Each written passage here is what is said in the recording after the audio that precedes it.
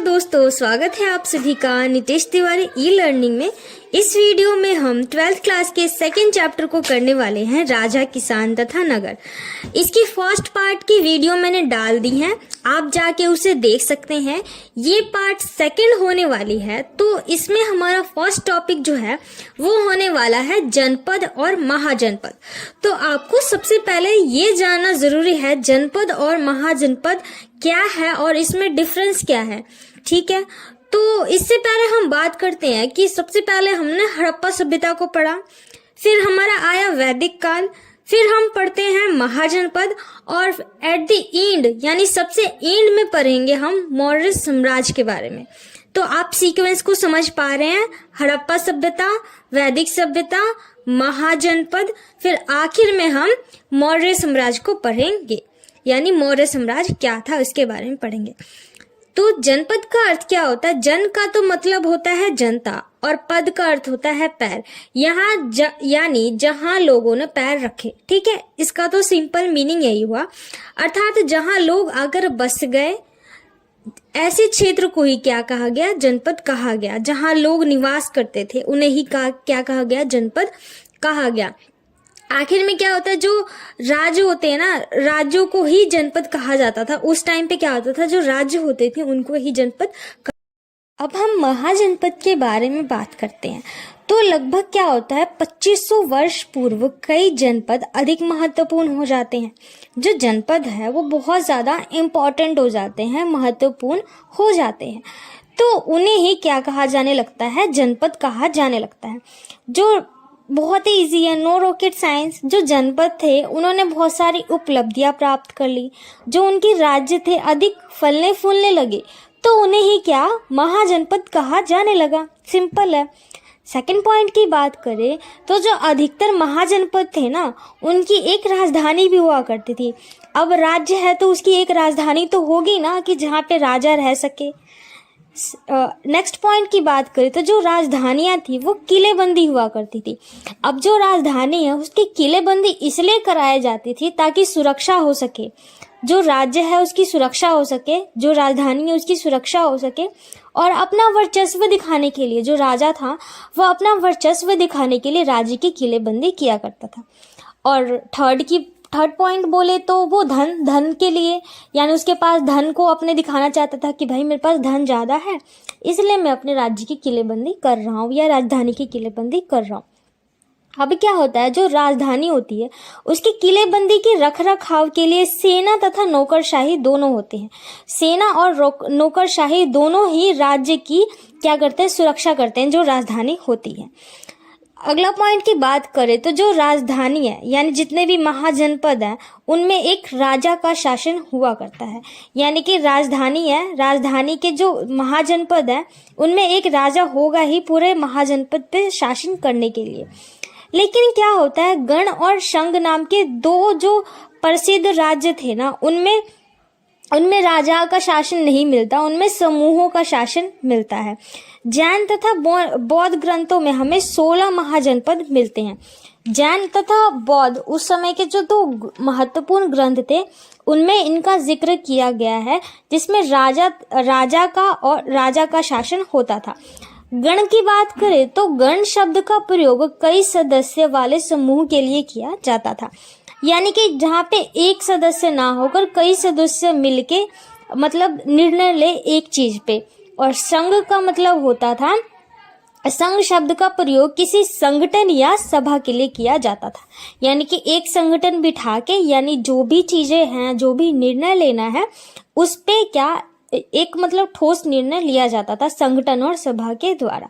तो इस प्रकार से जो गण और शंख नाम के दो राज्य थे उनमें राजाओं का नहीं समूह का शासन होता था। बौद्ध तथा जैन ग्रंथों से हमें पता चलता है। अब हम 16 महाजनपदों की बात करें तो जो ये 16 महाजनपद थे उनका उल्लेख बौद्ध तथा जैन ग्रंथ दोनों में ही देखने को मिलता है।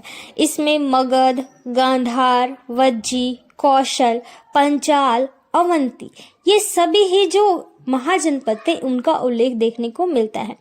जो भगवान महावीर थे तथा भगवान बुद्ध थे, इन्हीं गणों से संबंधित थे।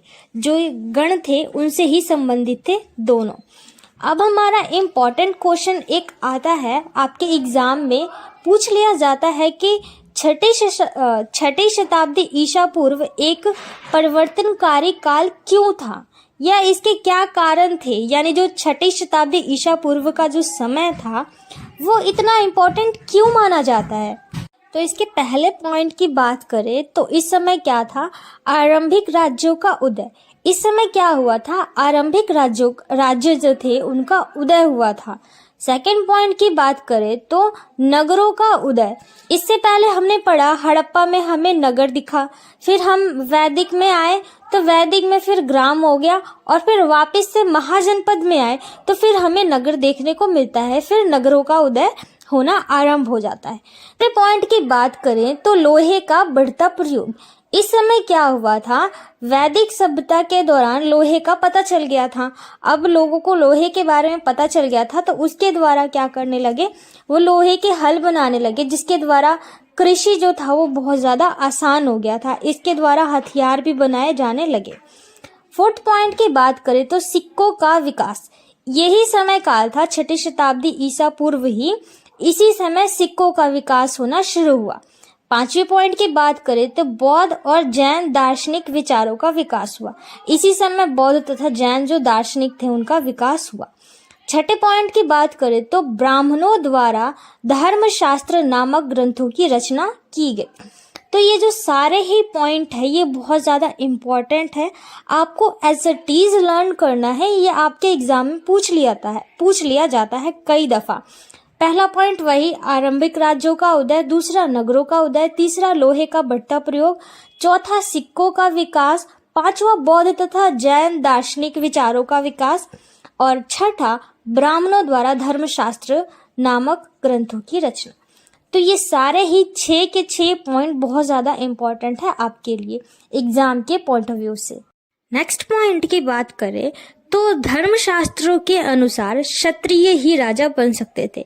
यानी जो क्षत्रिय हुआ करते थे वही केवल राजा बन सकते थे, ऐसा नहीं है, कोई भी राजा बन सकता था। मतलब वो बहुत ज्यादा अच्छा हो तो वो भी राजा बन सकता था। ऐसा नहीं है कि केवल क्षत्रिय ही राजा बन सके। तो जो राजा होते थे उनका कार्य क्या होता था, तो उनका काम क्या होता था, किसानों, व्यापारियों तथा शिल्पकारों से कर वह भेंट वसूलना।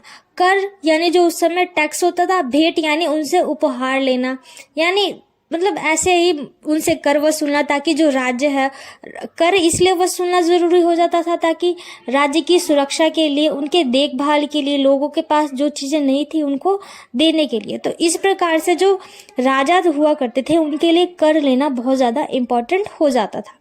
फिर क्या होता है, जो धीरे धीरे कुछ राजा थे ना वो क्या करते हैं, अपनी स्थायी सेना और नौकरशाही तंत्र को बनाने लगते हैं। अब राज्य है, राजा है, तो उसकी सुरक्षा के लिए सेना और नौकरशाही तंत्र तो जरूरी है ना। तो इसलिए क्या करते हैं, वो एक ऐसा नौकरशाही तंत्र और सेना को क्या कर देते हैं, बनाना शुरू कर देते हैं। हमारा मोस्ट इम्पोर्टेंट टॉपिक शुरू होता है 16 महाजनपदों में सबसे प्रथम मगध। जो मगध है क्यों इतना इम्पोर्टेंट है, उसकी महत्वता क्यों बढ़ जाती है, 16 महाजनपदों में हम मगध के बारे में ही क्यों बात करते हैं। यह आपके एग्जाम के पॉइंट ऑफ व्यू से बहुत ज्यादा इम्पोर्टेंट क्वेश्चन है। 10 सालों या 15 सालों में हर दफा ये क्वेश्चन पूछा जाता है आपके बोर्ड के एग्जाम में। तो इसको करना आपके लिए बहुत ज्यादा कंपलसरी हो, और ज्यादा मुश्किल भी नहीं है, क्वेश्चन बहुत ज्यादा आसान है। इसको मैं आसान बना दूंगी, आप क्यों टेंशन ले रहे हैं। तो सबसे पहला बात तो यही होगा, जो मगध है वो स्थित कहाँ है। तो जो मगध है बिहार में स्थित है, मगध बिहार में स्थित है। सेकंड पॉइंट की बात करें, इसका समय काल क्या था, जो मगध महाजनपद था। तो इसकी समय काल की बात करें तो मगध 6ठी से 4थी शताब्दी ईसा पूर्व में सबसे शक्तिशाली महाजनपद था। 6ठी से 4थी शताब्दी ईसा पूर्व, आपको डेट याद रखना है। फिर अब हमारा इम्पोर्टेंट जो पॉइंट है वो शुरू हो जाता है कि मगध के शक्तिशाली होने के पीछे क्या कारण थे, यानी क्या कारण थे कि जो मगध है इतना शक्तिशाली महाजनपद था। तो सबसे पहला पॉइंट है हमारा उपजाऊ भूमि। जो मगध की भूमि थी बहुत ज़्यादा उपजाऊ थी, वहाँ की जो फसलें थी बहुत ज़्यादा फला फूला करती थी। क्यों? क्योंकि जो वहाँ की गंगा नदी थी, गंगा नदी से संबंधित जितनी भी सटी हुई नदियाँ थी, वहाँ से सिंचाई का पानी आता है। हम सभी जानते हैं गंगा नदी से जलोढ़ मृदा प्राप्त होती है। तो जहाँ पे भी जलोढ़ मृदा प्राप्त होती है, वहाँ की जो सिंचाई भूमि होती है बहुत ज़्यादा अच्छा फसल उगाती है। तो इसलिए जो मगध था वहाँ पे मतलब उनमें ना अनाज की कमी नहीं होती थी, इसलिए इसके लिए ये भी एक प्लस पॉइंट है। सेकंड पॉइंट की बात करें, लोहे की खदानों की उपलब्धता। जो मगध था वहाँ पे खदानों की उपलब्धता थी। हम सभी जानते हैं कि जो मगध है वो बिहार में है, लेकिन ये मतलब बिहार में तो मतलब जो पहले तो झारखंड तो बिहार से अलग हुआ है ना, तो झारखंड में हम अभी भी देखते हैं कि कई लोहे की खदानें हैं। इसके बारे में आप ज्योग्राफी में भी पढ़ते होंगे। तो इसी प्रकार से क्या होता है, जो झारखंड है वहाँ से क्या होता था, लोहे की खदानें प्राप्त होती हैं और उससे वो क्या करते थे, कई औजार बनाया करते थे। अब लोहा आ गया व्यक्ति के पास में, तो उससे क्या वो कई तरीके के क्या करता था, हथियार बनाना शुरू कर देता था, जो के लिए मगध के लिए बहुत ज़्यादा इम्पोर्टेंट बात हो जाती है। अब हम अपने थर्ड पॉइंट की बात करें तो मगध में जंगलों में हाथी की उपलब्धता। जो मगध के जो जंगल थे उनमें हाथियों की उपलब्धता थी। अब हाथी हैं तो जो मगध के जो राजा थे क्या करते थे, सेना में हाथियों को शामिल कर लेते थे। अब हाथी आ गई तो ये इनके लिए बहुत ज़्यादा प्लस पॉइंट है, मतलब वो उनकी जो सेना थी और ज़्यादा शक्तिशाली हो जाती है।